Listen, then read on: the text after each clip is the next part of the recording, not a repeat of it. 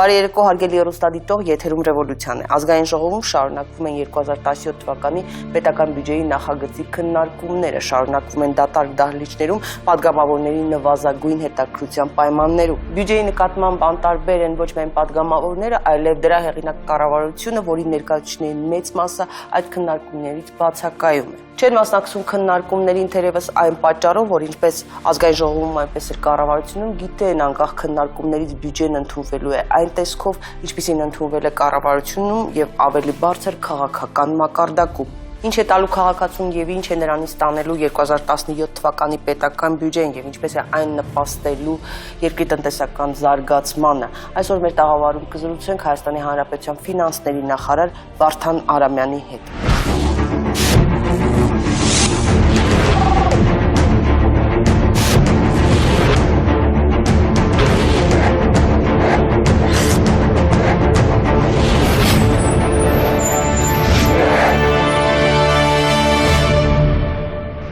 Հայաստանի Հանրապետության ֆինանսների նախարար Վարդան Արամյան ծնվել է 1975 թվականի դեկտեմբերի 4-ին Երևանում։ 1997 թվականին ավարտել է Երևանի պետական տնտեսագիտական համալսարանը։ 2004 թվականին ավարտել է Tufts համալսարանի Ֆլետչեր դպրոցը, մասնագիտությունը տնտեսագետ։ 1999-ից 2002 թվականներին Հայաստանի Հանրապետության կենտրոնական բանկի դրամավարկային քաղաքականության, վարչության բյուջեի հետ փոխհարաբերությունների բաժնի մասնագետ։ 2002-ից 3 թվականներին Հայաստանի Հանրապետության կենտրոնական բանկի դրամավարկային քաղաքականության, վարչության իրական հատվածի վերլուծությունների եւ մոդելավորման բաժնի ավագ մասնագետ։ 2003-ից 8 թվականներին Հայաստանի Հանրապետության կենտրոնական բանկի դրամավարկային քաղաքականության, վարչության արտաքին տնտեսական հարաբերությունների բաժնի պետ։ 2008-ից 13 թվականներին Հայաստանի Հանրապետության ֆինանսների նախարարի տեղակալ։ 2013-ից 16 թվականներին Հայաստանի Հանրապետության նախագահի աշխատակազմի ղեկավարի առաջին տեղակալ։ 2016 թվականի սեպտեմբերից Հայաստանի Հանրապետության ֆինանսների նախարար։ Կուսակցական պատկանելիություն, Հայաստանի Հանրապետական կուսակցություն։ Ամուսնացած է, ունի 2 զավակ։ Բարի երեկո, պարոն Արամյան։ Բարի երեկո։ Ինչ ուղերձ է հղում այս կառավարությունը տնտեսությանը, բիզնեսին եւ հանրությանը եւ ինչ է կանելու այդ ծանր վիճակից դուրս գալու համար։ Խնդրեմ։ Նախ տեսեք, երբ որ ասում ենք ծանր վիճակ, դա պետք է վերցնել, նախ չենք ասում ծանր վիճակ, ասում ենք, որ մենք հայտնվել ենք մի իրավիճակի մեջ։ Առաջինը վարչապետը դա այդ մասին հայտարարեց։ Դրա մասին եմ ասում։ Դա պետք է վերցնել որպես իրողություն եւ դրա տակ կա որոշակի օբյեկտիվ պատճառներ, որի մասին իդեպ ես բազմիցս անգամ խոսել ենք։ Դա մեղքը բարդել նախորդ կառավարության թե այս կամ այն անձի վրա, կարծում եմ, որ դա ճիշտ գործ չէ։ Պետք է նայենք ընդհանուր հարաբերականության մեջ, այսինքն այլ երկրների մոտ ինչ է եղել, օբյեկտիվ նայենք, իհարկե, օբյեկտիվ պետք է նայենք իրողությանը, ես չեմ ասում, որ ամբողջությամբ մենք ամեն ինչ 100%-անոց ճիշտ ենք կատարել, եթե կատարել ենք 100%-անոց ճիշտ, այդ նշանակում է, որ այսօրվա դրությամբ մենք պետք է լինենք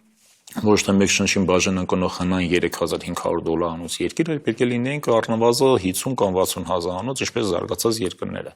Հնարավոր չէ դա այդպես կոչել, որովհետև իհարկե մենք այդպիսի արտադրողականություն չունենք, բայց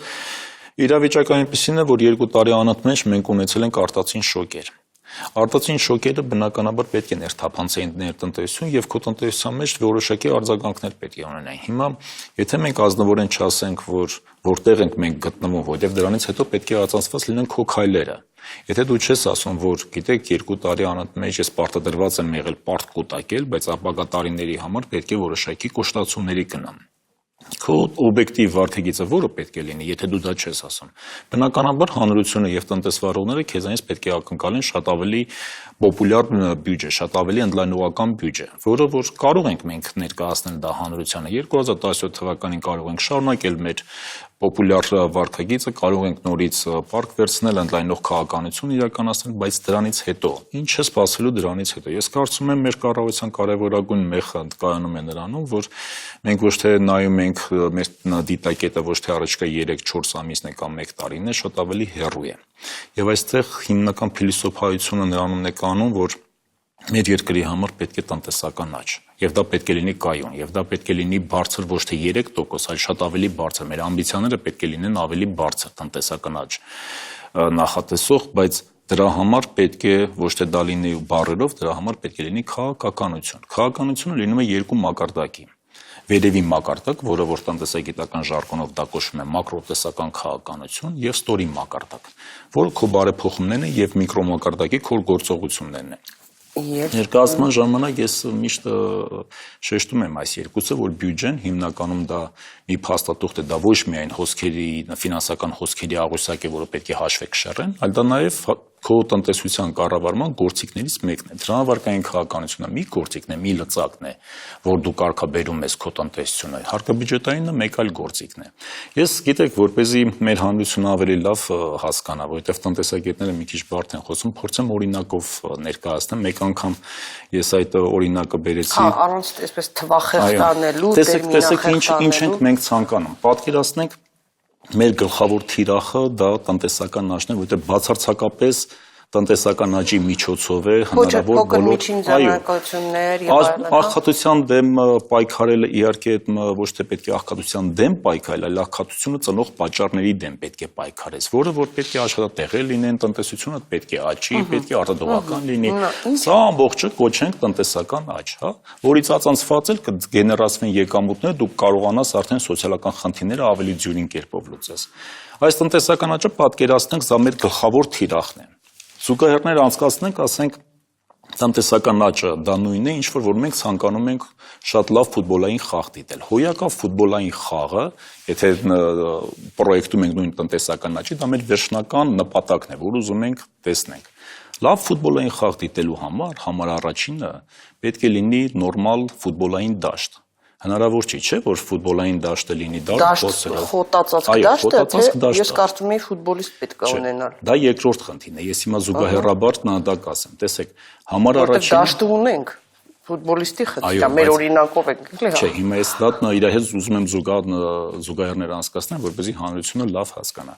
Տեսեք, այդ ֆուտբոլային ծածկը եւ ֆուտբոլային դաշտը, դա մեր միջավայրն է, մակրոտեսական միջավայրն է։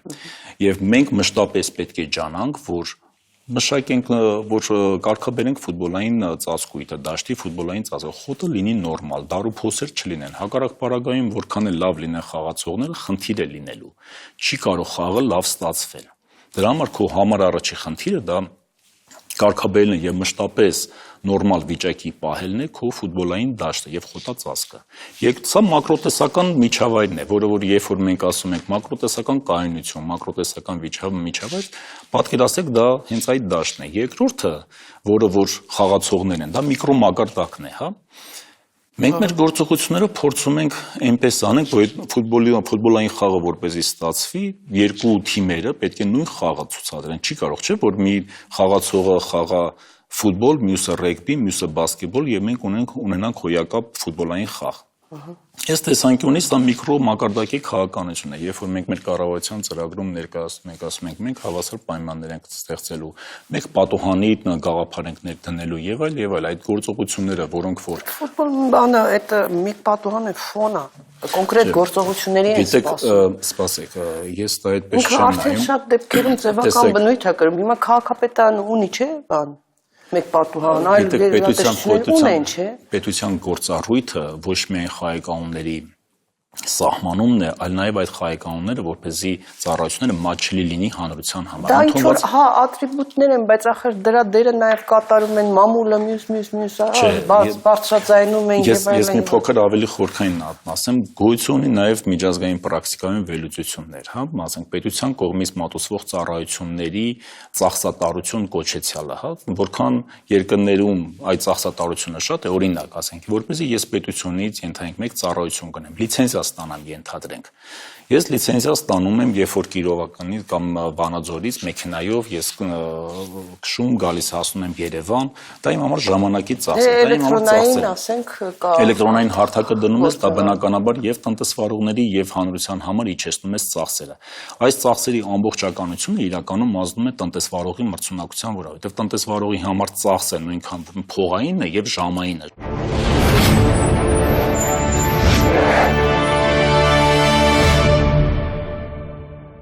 Խնդրում եմ ասեք, ինչպես պիտի շարքային միջին ձեռնարկատերը, միջին վիճակագրական քաղաքացին զգա այդ փոփոխությունները, որովհետև քարոզչական մարսը այս կառավարության ապահովված է, արդեն սպասելիքները կան, դրական սպասելիքներ իսկապես ունի հասարակությունը կառավարությունը։ Հիմա կոնկրետ քայլեր ինչ է լինելու։ Քայլերը կոնկրետ քայլերի բովանդակային մասը դրված է կառավարության ծրագրում, հա։ Տեսեք, երբ որ մենք խոսում ենք, որ մենք պետք է գնանք մեր ծախսերի օպտիմալացմանը, որովհետև հարկատուն պետք է վստահ լինի, որ միջոցները ծախսվում են արդյունավետ։ Ինչպես պետք է դա կատարենք։ Պետք է երբ որ խոսում ենք գերուրջացված պետական համակարգի մասին, դրա մասին մենք դրել ենք մեր կառավարության ծրագրում, ասում ենք պետք է գնանք օպտիմալացման, կառավարության համակարգի օպտիմալացման քայլերը 5-րդ եւ 6-րդ կետերով դրված է մեր կառավարության ծրագրում։ Թիրը ոնց որ թե գաղափարը կա, ոնց որ թե մենք ասել ենք դրա մասին։ Քայլերը արդենից մեկնարկված է։ Մի քանի անգամ դուք ականատես եք եղել, որ կառավարության նիստի ընթացքում եղել են որոշումներ, որոնք որ այս կամ այն փողակը լուծել։ Երեկ իմիջիայլոց ֆինանսների նախարարության մեկ փողակ եւ փակbaşդիրական գնագոյացման վերլուծական ինֆորմացիոն կենտրոն փողակը չէ, ըստ ձեր տեղակալ Ատոմ Ջանջուղազյանի դա հնարավորություն կտա 50 միլիոն դրամ կրճատել տարեկային բյուջետային կներեք, քանի պոակ ու ծիգ կա ընդհանրապես, հա, գույքագրվել է։ Ծիգերը, այո, ծիգերը, պոակները բավականին շատ են, 1800-ից ավել են, բայց այդտեղ պետք է հաշվի առնենք, որ պոակներ նաև հանդիսանում են կրթական ոլորտի եւ առողջական ոլորտի։ Աշխատավարձերը շատ բարձր են, չէ՞, այսինքն ինչ նվազագույն եւ առավելագույն։ Եթե վերցնում ենք կրթական ոլորտը եւ առողջապահական ոլորտը, կրթական ոլորտում մոտավորապես միջինը 124,000 դրամ է, հա, առողջապահական առավելագույնը դժվարանում եմ ասեմ, բայց չի անցնում 200-250,000 դրանից։ Հիմա նույն տարբերությունը կա նաև ծիգերի դեպքում, ասենք օրինակ Հյուսիսարավ այդ ճանապարհային ծիգով այնտեղ ավելի բարձր է, քան այլ ծիգում եւ այլ։ Բայց գաղափարն է ուզում ասեի։ Հա, ասենք իրավաբանը կարող է ստանալ մի քանի 100,000-ի հասնող աշխատավարձ։ Ընդհանրապես հիմա դրա համար եմ ուզում իմանամ, ինչքան ծիգ ու պոակ կա, որ կկրճատվի, որ հասկանանք նաև ինչքան գումարի կրճատումները որպեսզի մենք կատարենք, այսինքն մենք առաջին օրինակ սկսել ենք ֆինանսների նախարարությունից։ Պետք է դուրս գան գործառույթներից։ Ընդունված նորմ կա, որ եթե դու ուղակի բռնում ես եւ կրճատում ես այս կամ այն մարմինը առանց նայելու իր ֆունկցիոնալ ծառայությունների, բնականաբար դա ինչ որ միտեղից սերտաճում է, որովհետեւ ֆունկցիան եթե անհրաժեշտ է տնտեսության համար իրականացնել, չես կարող վերցնես ու դա կրճատես։ Դա մենք ինչից ենք սկսել։ Մենք սկսել ենք գործառույթների այսպես ասած ախտորոշումից եւ որ գործառույթներն են, որ կան դուպլիկացիաներ, որ գործառույթներ, որ ընդհանրապես անհրաժեշտ են։ Եվ դրանից ականցած որևէ վարչություն չի կարող եւ դրանից ականցված, որովհետեւ աշխատավարձը պետք է կապված լինի արդյունքի հետ։ Դե ընդունված նորմ կա, դա էլ տնտեսագիտության խորքային մոտեցումն է, որ աշխատուժի շուկայում, եթե աշխատավարձերը քո արտադրողականությունից կամ քո արդյունքից կախված չէ, դա խեղում է ստեղծում աշխատուժի շուկայում։ Նույնը երբ որ մենք խոսում ենք այդ աշխատավարձերի տարբերակումների մասին, պետք է մենք նայենք գործառույթներով եւ նույն բանը օրինակ մենք սկսել ենք արդեն մեկնարկել ենք ֆինանսների նախարարությունում։ Օրինակ, ֆինանսավորում ենք իրականացում ինչ որ փակ բաժնետիրական ընկերությանը, հա, նույն էկոնոմիկայի ամսագրին, եւ այնտեղ կա ֆինանսավորում, գումար ենք տալի, կան աշխատավարձեր, կան ծառայության համար մատուցվող վճարներ, մատուցվող ծառայությունների համար վճարներ եւ այլն։ Մենք պետք է դուրս գանք հետեւյալ եզրույթից, ինչպեսի ծառայություն է մատուցում տվյալ փակ բաժնետիրական ընկերությունը։ Չէ, դա չի ասի։ Դա գիտեք, հասկանալի է։ Էկոնոմիկա ամսագիրը դա պետական ինչ որ օղակ է, որի միջոցով մենք հաղորդակցում ենք հանրության հետ։ Ուրեմն համար առաջին հարցը։ Հանրություն տեսել եք այդ ամսագիրը։ Այո, կա էլեկտրոնային կայք է։ Առաջի հարցը արդյոք հնարավոր չէ, որ այդ նույն գործառույթը մենք իրականացնենք մեր կայքի միջոցով եւ նույն 3-4 հատ կայք չլինի։ Երկրորդ հարցը, արդյոք այդ կայքը ինքը մրցում է մասնավորի հետ եւ նույն գործառույթը կամ նույն ծառայությունը մասնավորը մատուցում է հանրությանը, որովհետեւ եթե այնտեղ հայտնվում են հոդվածներ կամ չեմ տեղեկատվություն, որը միայն կառավարական դաշտում չէ, այլ նաեւ մասնավորին ենթային գովազդային ծառայություններ է մատուցում եւ այլը, անիմաստ է, որ այդտեղ պետության փողերի հաշվին դու այդ կայքը պայես, լավ կլինի, որ դա բերես դու ֆինանսների նախարարության կայք, ֆինանսների նախարարության կայքի միջոցով նույն տեղեկատվությունը, որը որ սկիզբ է առնում պետական քաղաքականությունից, դա մատուցես հանրությանը, մասնավորին թողես իր մասնաբաժինը, Պետք չէ մտնել մասնավորի դաշտ եւ եթե դու շահույթ հետապնդող միավոր չես, այնտեղ փորձես ինչ-որ ջանքեր գործես։ Որքան ծիգ այդպես կկրճատվի։ Ծիգերից մենք, գիտեք, ծիգերի թվականակը այսօրվա դրությամբ շուրջ 32 հատ կա ծրագիր եւ շուրջ 13 հատ, եթե չեմ սխալվում, ծիգ կա։ Այդ ծիգերը պետք է համախմբվեն եւ մենք համախմբումը կատարելու ենք ելնելով իրենց գործառույթներից։ Եթե ծիգեր կան, որոնք ուղղակի ֆիդուցիար պարտավորություն են կատարում, ասենք, ինչ է դա նշանակում, պետական միջազգային ֆինանսական կառույցների կողմից ֆինանսավորող ծրագրերի ուղղակի գործընթացներն են ապահովում, սկսած նախապատրաստական փուլից վերջացած մինչև կիրարկման եւ մոնիտորինգի փուլերը։ Եթե ուղղակի այսպիսի գործառույթ են իրականացնում եւ կա 4 կամ 5 հատ ծիգ, որը նմանատիպ գործառույթ է իրականացնում, անիմաստ է լինեն 4 հատ 5 հատ ծիգի տնօրեն, հաշվապահ եւ այլ։ Անհրաժեշտ է դա միավորել, անհրաժեշտ է նույն գործառույթները առանց վտանգելու իրենց արդյունքային ցուցանիշները եւ որակները մեկտեղել միտեղ։ Եվ սա կլինի ավելի օպտիմալ։ Նույնը նաեւ անում ենք պոակների մասով, որ ենթադրենք նորից օրինակը բերեմ ֆինանսների նախարարության վրա, որպեսզի որևիցե մեկին նեղացրած չլինի։ Մենք ունենք ուսումնական կենտրոն պոակ։ Այս պոակի հիմնական գործառույթը չէ, ֆինանսների նախարարության ներքո, որը որ երկար ժամանակ կար։ Հիմնական գործառույթը կայանում էր նրանում, որ դա հարթակ էր հանդիսանում, որ այդ հարթակի միջոցով մենք կատարում ենք վերապատրաստումներ։ Հիմա տեսեք, եթե նմանատիպ ուսումնական կենտրոններ, ընդ որում կառավարությունում շատ կան այդպիսի տարբեր ծախսող միավորներ կամ գերատեսչություններ, ունեն այդպիսի ուսումնական կենտրոններ, թե այդ նույն ուսումնական կենտրոնները ոչ այլ ինչ են անում, քան ներկայացնում են հարթակ, որը կարող է ներկայացնել նաև ենթենք ուսումնական, ասենք, ուսումնական կրթական կենտրոնները, ասենք, համալսարանները, ինստիտուտները, որոնք որ բացի գիտության, բացի բարձրագույն ուսումնական հաստատություն լինելուց կարող է նմանատիպ հարթակ նաև ձևավորել, ինչի չանենք մենք դրա միջոցով։ Ինչու է պետությունը լրացուցիչ միջոց ծախսում, պահպանման ծախսեր է տալի, Ձեր կարծիքով հաշվարկով այդ կրճատումների արդյունքում, օպտիմալացման արդյունքում որքան գումար կարող է խնայել։ Այս պահին դժվարանում եմ դա ասել, ես կարող եմ ասել ֆինանսների նախարարության մասով, մնացածի մասով դեռ գործընթացները գնում են եւ ես կարծում եմ, գիտեք, այնտեղ կա օրենքով սահմանված կարգով որոշակի գործընթացներ, որ պետք է պահպանվի եւ դա դիտվում է շուրջ 2 ամիս։ Մեզ մոտ մենք առնվազն կունենանք 50 հոգու 50 աշխատատեղի կրճատում եւ դա բացի դրանից շուրջ 200 միլիոնի կարգել մենք ունենանք խնայողություն։ 50-ի դեպքում 200 միլիոնի։ Բայց դա ոչ միայն աշխատավարձն է, այնտեղ կա նաև պահպանման ծախսը։ Ես դրա համար ասի, ասենք ուսումնական կենտրոն պոակը ենթադրենք ունի 3 հատ ավտոմեքենա։ Խոսում ենք ավտոմեքենաների մասին։ Ասենք այդ ավտոմեքենաների պահպանումը ինչ շարժը ինչ շահ է կամ ինչ նպատակ ունի, որպեսզի մենք պահենք։ Այդ ավտոմեքենաները մենք բնականաբար կմտածենք կամ վաճառենք, կամ վերաուղենք այն ծախսող միավորների կամ գերատեսչությունների կարիքներին, որոնք իրականում դրա կարիքը ունեն։ Պահել ուսումնական կենտրոնի տակ ավտոմեքենա, որը որ ծառայի որպես ծառայական ավտոմեքենա,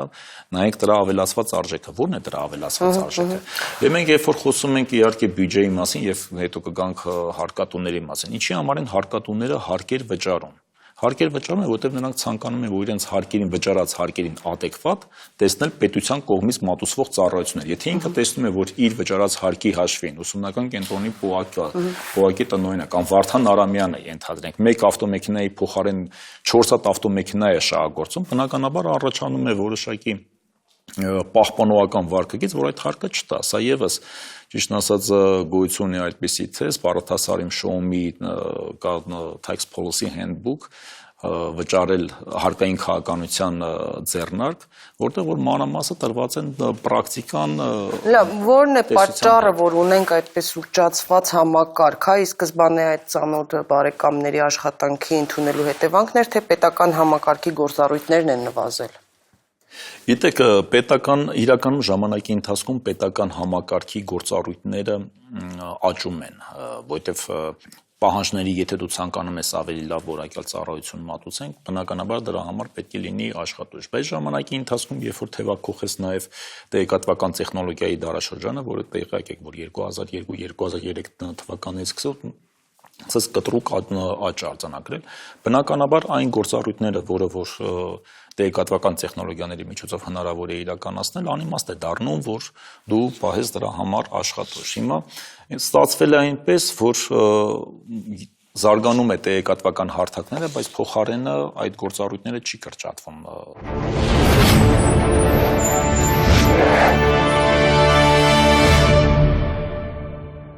Պարոն Արամյան, նոր կառավարության գործունեության մեկնարկը կարելի ասել կոնկրետ քայլերի իմաստով նշանավորվեց նաև այսպես ժողովրդական լեզվով ասած 1000 դրամների նախագծի նախաձեռնությամբ, որով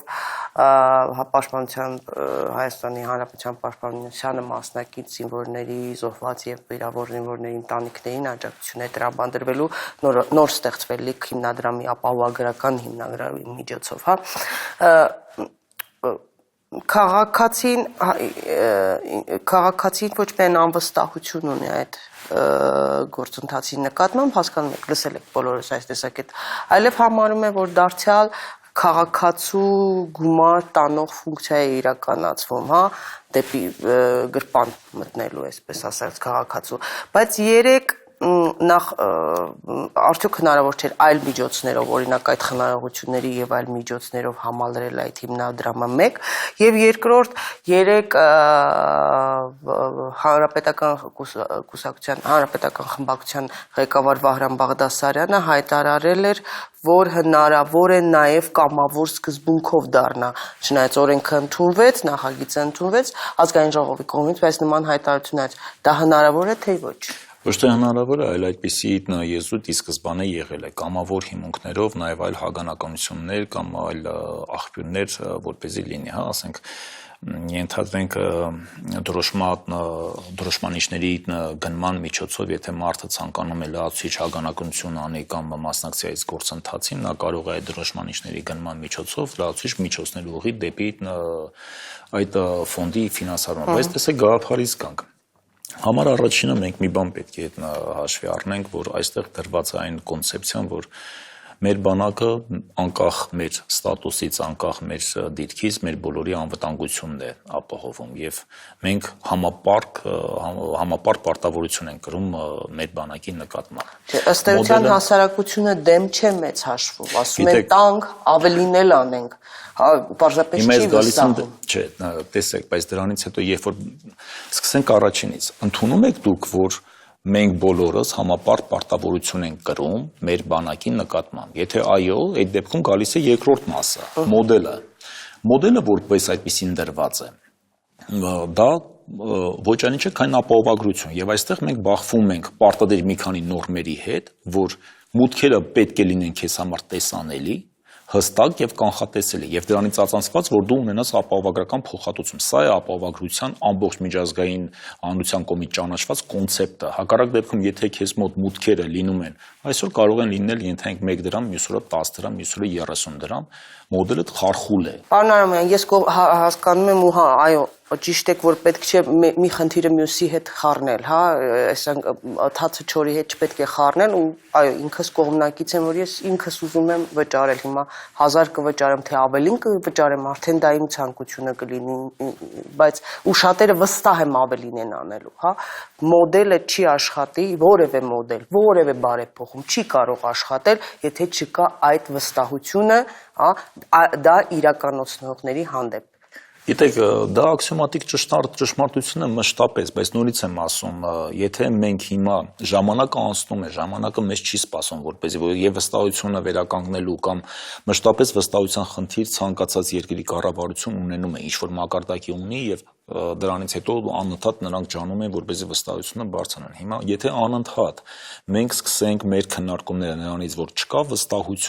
վստահություն եւ յուրաքանչյուր լավ նախագծված պրոյեկտը տանենք ձախողման, արդյունքում մենք ոչինչ չենք ունենալու։ Չէ, դրանք զուգահեռ գործընթացներ պետք է լինեն, բայց մարդը ասում է ցույց տվեք, ուզում է աչքս տեսնի, ինչու պետք է այսինչ ասենք զինվորականը։ Այո, ես է պատասխանում։ Ունենա այսքան գումար։ Ասեմ շատ օբյեկտիվ է, բայց բերեք հիմա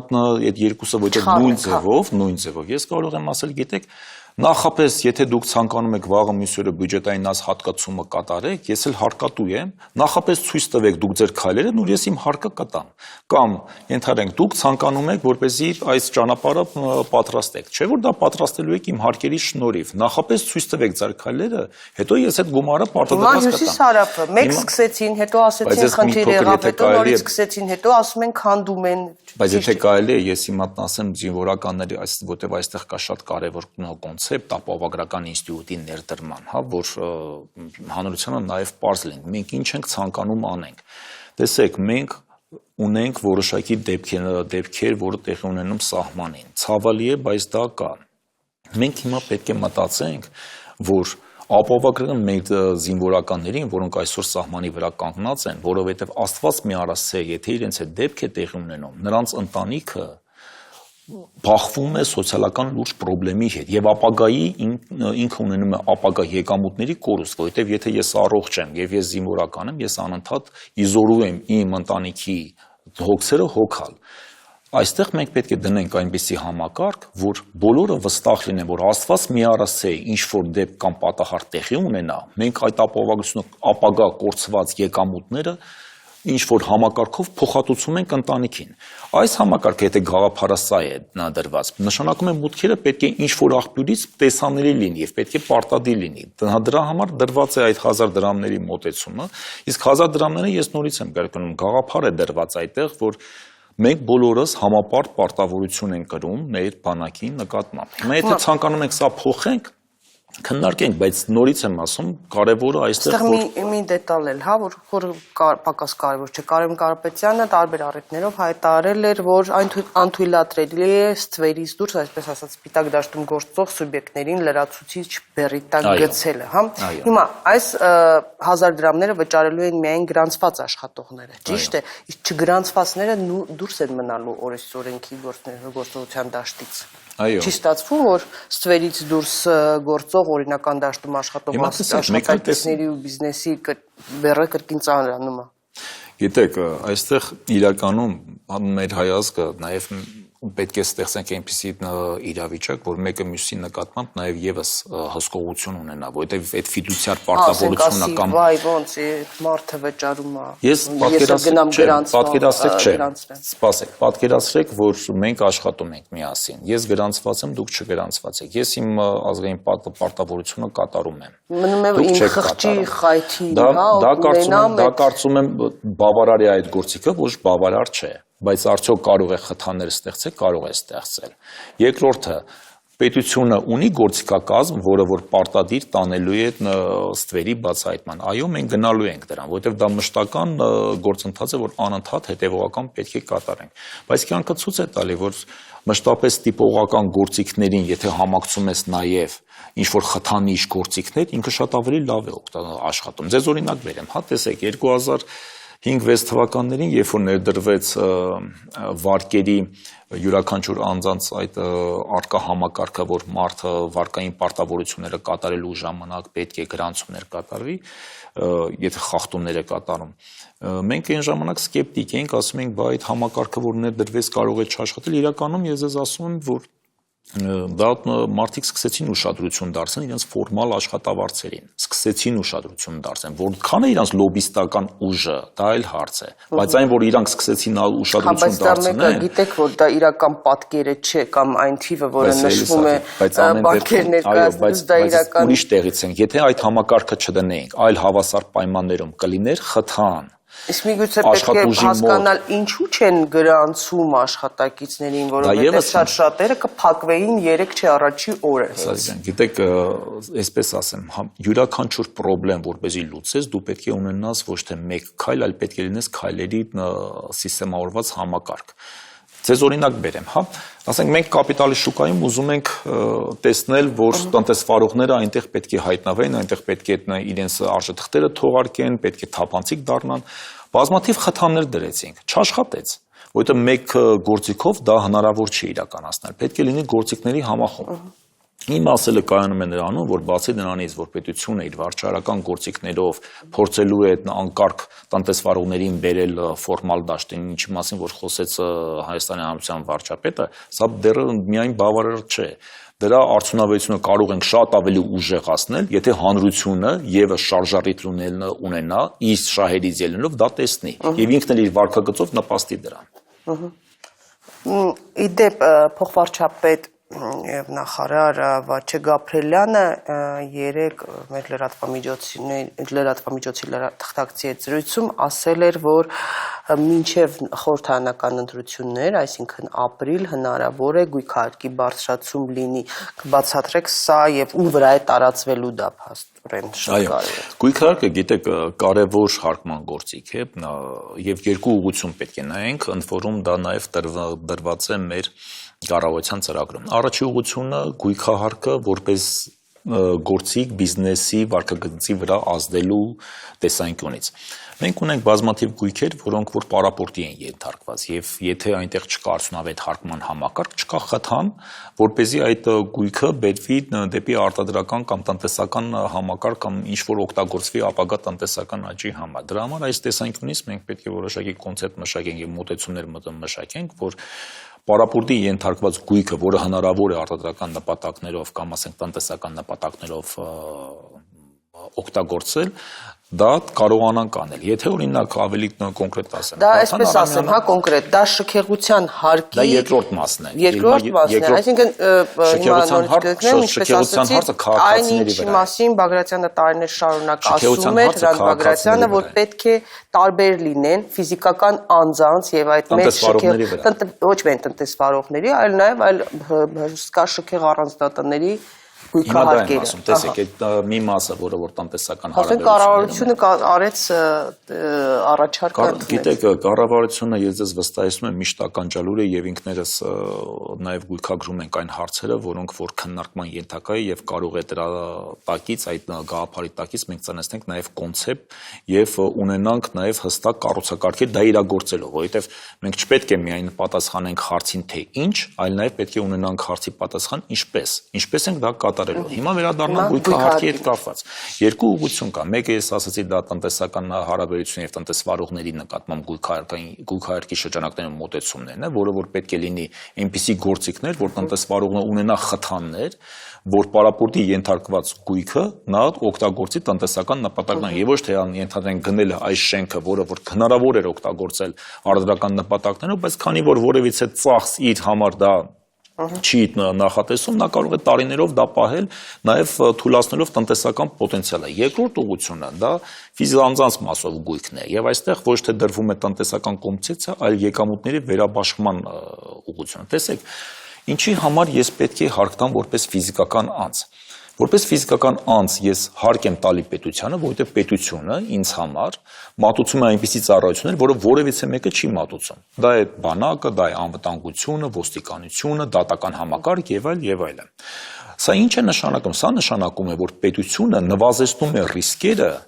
որոնք որ կարող են իմ ունեցվածքի նկատմամբ լինել։ Հա, ասենք օրինակ, եթե ես ունեմ ենթադրենք 50 միլիոն դրամանոց բնակարան, իմ ռիսկը դա կորելով, որովհետև կարող է վաղ մյուս օրը հանցագործները գան կամ ասենք ավտոմատավորները գան, ասեն այսօրվանից այս բնակարանը քոնը չէ, կամ ես պաշտպանված եմ սեփականության իրավունքով, որովհետև դատական համակարգ գոյություն ունի, որովհետև օրենսդրություն գոյություն ունի, որպեսզի այս իրավիճակը տեղի չունենա, ես պաշտպանված եմ եւ իմ ռիսկը կորուստի 50 միլիոն դրամն է, որը որ պետությունը դրա համար երաշխիքներ է ապահովում։ Մյուսը որ ունի գույք, որը որ 10 միլիոն դրամ է, իր կորուստի ռիսկը 10 միլիոն դրամ է, հետևաբար տրամաբանական է, որ Վարդան Արամյանը, որ ավելի մեծ ունեցվածք ունի, պետք է ավելի շատ հագանակություն անի հարկի տեսքով պետությանը, որովհետև պետությունը նույնապես նույն ծառայությունը մատուցում է եւ Վարդան Արամյանին եւ մյուսին։ Այստեղ մենք ունենք ֆիզիկական անձանց մասով գույքահարկի մասով մենք ունենք բազայի խնդիր,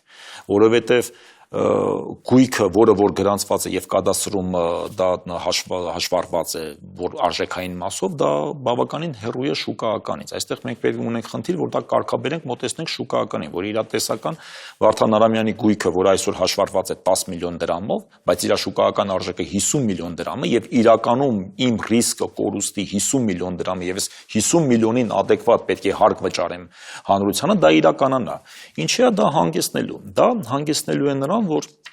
մենք ունենալու ենք եկամուտների վերաբաշխում։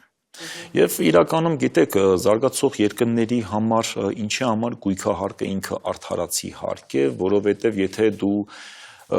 ունես թույլ մեխանիզմներ հոսքերը հարկելու, բայց գույքը հարկելու, չէ որ դա տեսանելի է, դա չափելի է։ Պետք է կարողանաս ներդնես նաև համակարգ, որը որ գույքը հարկի,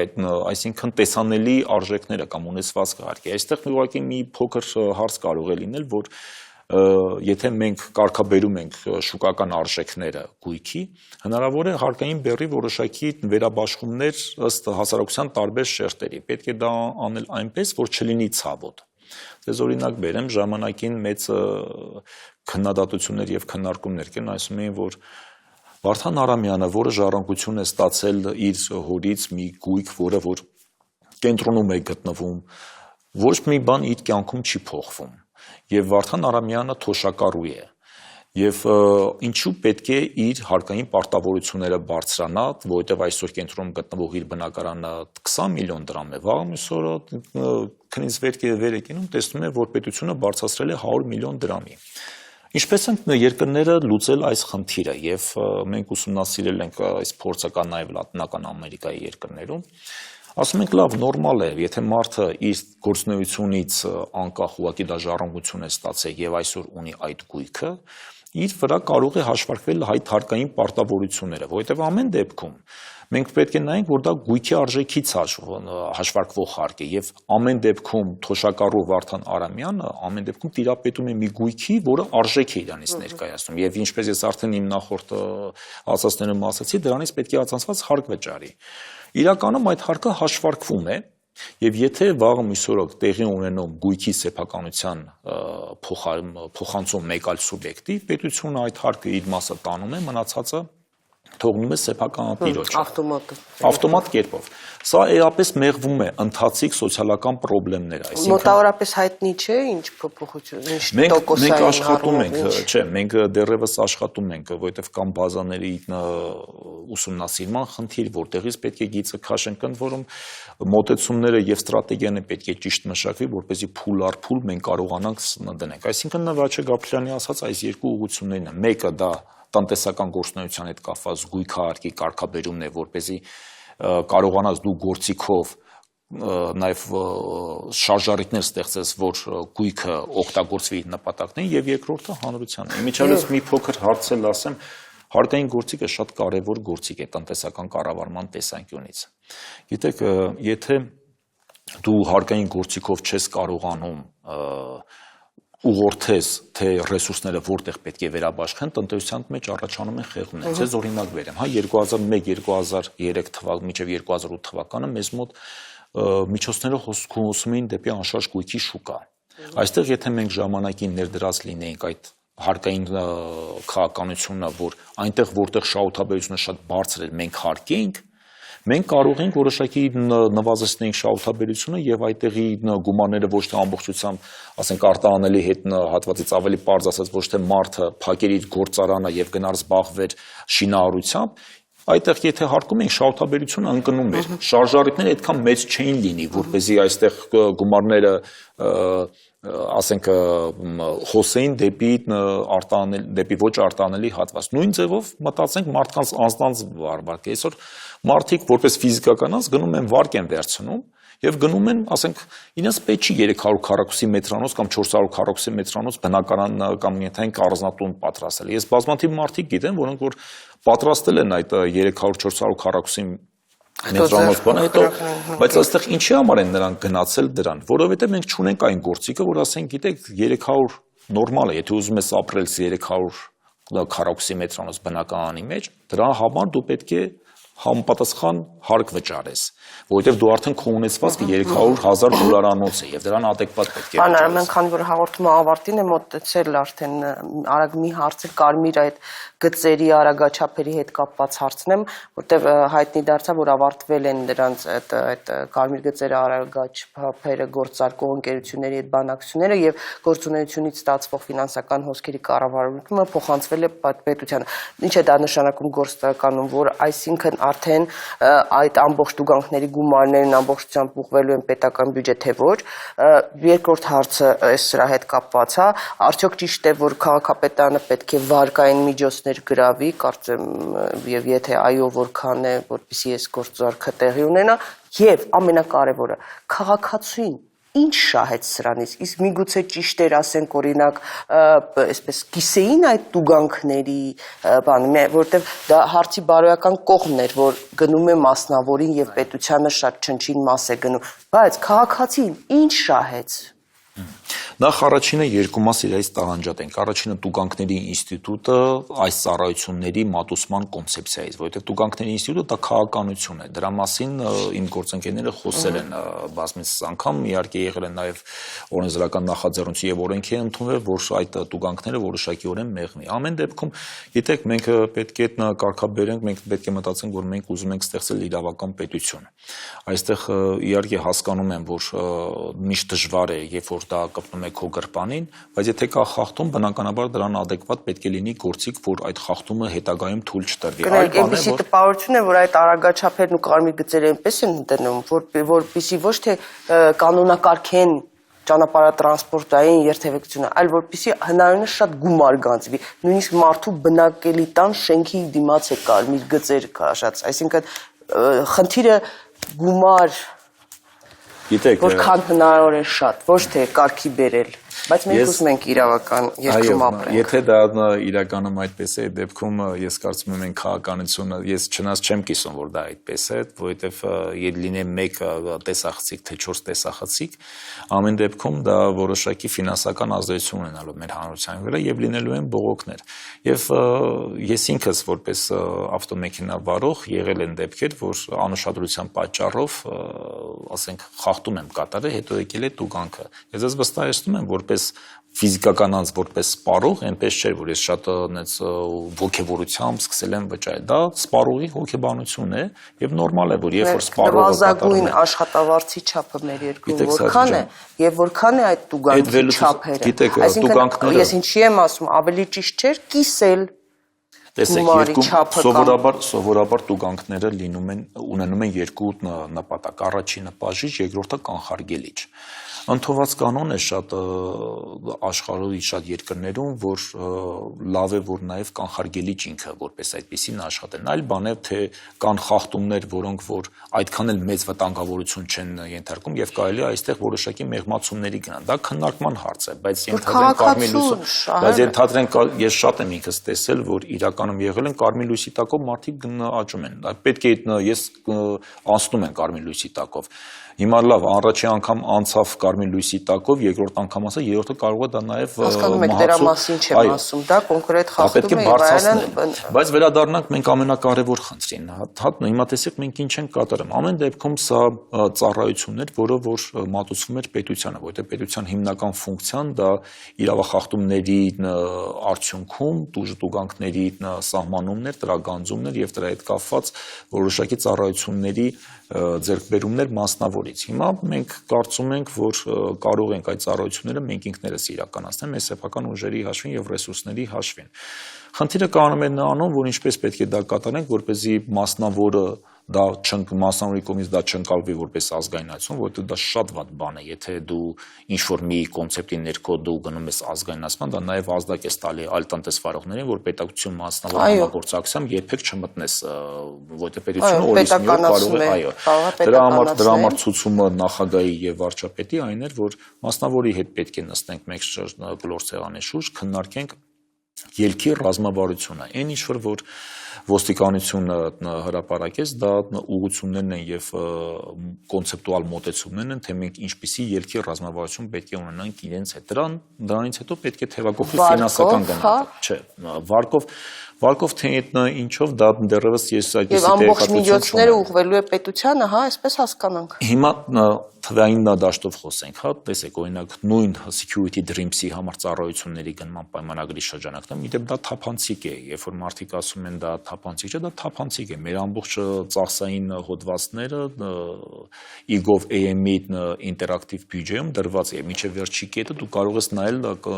պայմանագիր կնքած ընկերության ինչքան է գնում եւ այլն։ Security Dreams-ի հետ օրինակ 2016 թվականի ծրագրային գումարը մոտավորապես եղել է 8.6 միլիարդ դրամ, որի որ ըստ պայմանագրի 50%-ը իս ծառայությունների մատուցման եւ նոր տեսախցիկների տեղադրման բարելավումներ կատարելու համար սպասարկման պետք է վճարում կատարես։ Հիմա մենք այդ նույն գործառույթը պետք է ինքներս կատարենք եւ Security Dreams-ի հետ պետք է հաշվարկենք, թե իր կատարած ներդրումները արդյոք նա որտեղ տնտեսվարող է նա ներդրում է կատարել, համակարգ է ստեղծել, սիստեմա է ստեղծել եւ դրան պետք է փոխհատուցում լինի։ Ինչպես ինչքան է այդ դա կազմում եւ ինչ փոխհատուցման մեխանիզմներ պետք է դնենք։ Մեխանիզմների մասով դեռևս մենք ունենք աշխատանք կատարելու, որովհետեւ դա բազմաթիվ կարող են, դա կարող է լինի տարաժամկետ վճարումով, դա կարող է միանգամից։ Կարճ խնդրեմ, ուղղվելու է պետբյուջե թե չէ։ Հիմա էլ է ինքը ամբողջ գումարը 8.3 միլիարդը դա գնումն է ոստիկանության արտաբյուջե, որը որ պետական բյուջեի տար է համարվում։ Չէ, բայց այդտեղ հարաբերակցությունը տարբեր էր 37-ը։ Հիմա ամբողջությամբ։ Այո, գալու է ամբողջությամբ, բայց պետք է հաշվի առնենք, որ դրանից այն պարտադիր ծախսերը, որը պահպանման համար լինելու է, դա շարունակելու ենք իրականացնել, բայց դա պետական բյուջեի արտաբյուջետային հաշիվներով է գնալու։ Եվ վերջին շատ կարճ պարտկային փոսում հիմա հայտնվել ենք, թե չէ, եւ երբ 17-ին կհաղթահարենք, թե ոչ։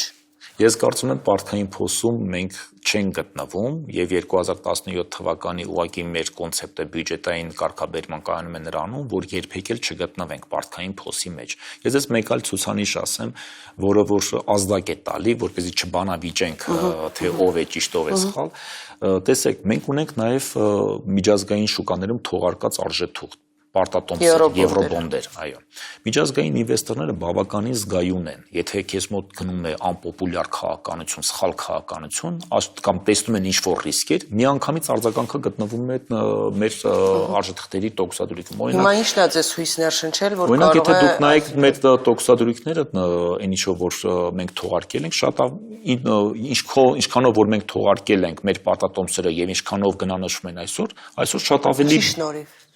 նրանով որ վստահություն կա, այսինքն վստահություն կա մեր հարկաբյուջետային քաղաքականության նկատմամբ, վստահություն կա մեր ապագայի նկատմամբ։ Հակառակ դեպքում, եթե տնտեսվարողները նախին կառավարության շնորհիվ թե նոր կառավարության շնորհիվ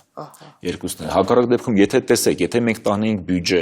որը որ ես նորից եմ կրկնում, որը որ տաներ պարտքի անկառավարելիության իրավիճակի, բնականաբար միջազգային շուկաները միանգամից արձագանքելու են, ոչ թե մենք ունենայինք այսօր գնանշվող ենթադրենք 7.6%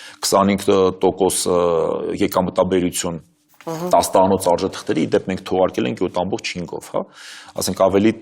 հիմա տոկոսադրույքները ավելի ցածր են, եկամտաբերությունը ավելի ցածր է, տանշանքման վստահություն կա այդ մեր թղթերի նկատմամբ եւ մեր քաղաքականության նկատմամբ, որովհետեւ թղթի ետևում գտնվում է քո քաղաքականությունը։ Եթե մենք ունենայինք պարտքային փոս, ես վստահեցնում եմ, այսօրվա դրությամբ տոկոսադրույքները ոչ թե կլինեին 7.20, կլինեին 10%, 11%, որովհետեւ ինվեստորը ներդրողը ինքը կտեսներ, որ իրականում դու պարտքային փոսում ես, իրականում դու կարող է հանգես նրան, որ չկարողանաս ժամանակին վճարես քո պարտավորությունները եւ ունենաս դեֆոլտ։ Բայց դրանք դա Փաստորեն պարտքային փոս ասեցինք, հիշեցի, հարկային օրենսգիրքը կարող է փոփոխության ենթարկվել։ Հարկային օրենսգիրքը այս պահի դրությամբ մենք չունենք նմանատիպ նախաձեռնություն, բայց քննարկում ենք որտեղ որ կա անհրաժեշտ շտկումներ, մշտապես դա գնացող խնդիր է, որ մենք այդ շտկումները կարող է իրականացնենք, որտեղ որ անհրաժեշտ է։ Որտեղ հայտարարվել էր, որ կարող է փոփոխություն լինի։ Շնորհակալ եմ պարոն Արամյան, հետաքրքիր զրույցի համար, հարգելի հեռուստադիտող, հուսամ լավ սպասելիքներ ձևավորվեցին ձեզ մոտ, տեսնենք ինչ քայլեր կանի կառավարությունը, այնուամենայնիվ այս հաղորդման ընթացքում կարողացանք պարզել ոչ միայն չենք հայտնվել պարտքային փոսում, այլ թե ինչու է մեր ֆուտբոլային թիմը վատ խաղում։ Փաստորեն, պարոն Հայրապետյան, մենք ունենք վատ խոտածածկով դաշտ։ Փոխեք դաշտը։ Բարի գիշեր, կհանդիպենք հաջորդ կիրակի։